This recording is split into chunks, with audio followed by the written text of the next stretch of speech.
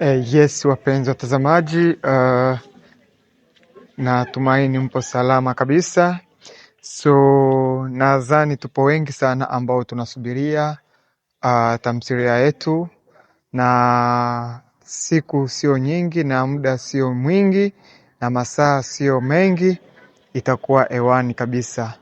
Jinsi tulivyowaambia, itakuwa ni baada ya siku 3 tunaona episode inapanda. So tunaomba tu tuvumilie, na muda sio mrefu tutapata kipande chetu. Tunawapenda sana washabiki, na kama jinsi tumewaambia, hii channel ni kwa ajili ya nyie washabiki zetu. Kama mna maoni yoyote, mnaweza mkatuambia kwenye comments na tutawajibu. So kama kuna swali yoyote ambayo ushaga uliza na tukasita kukujibu, naomba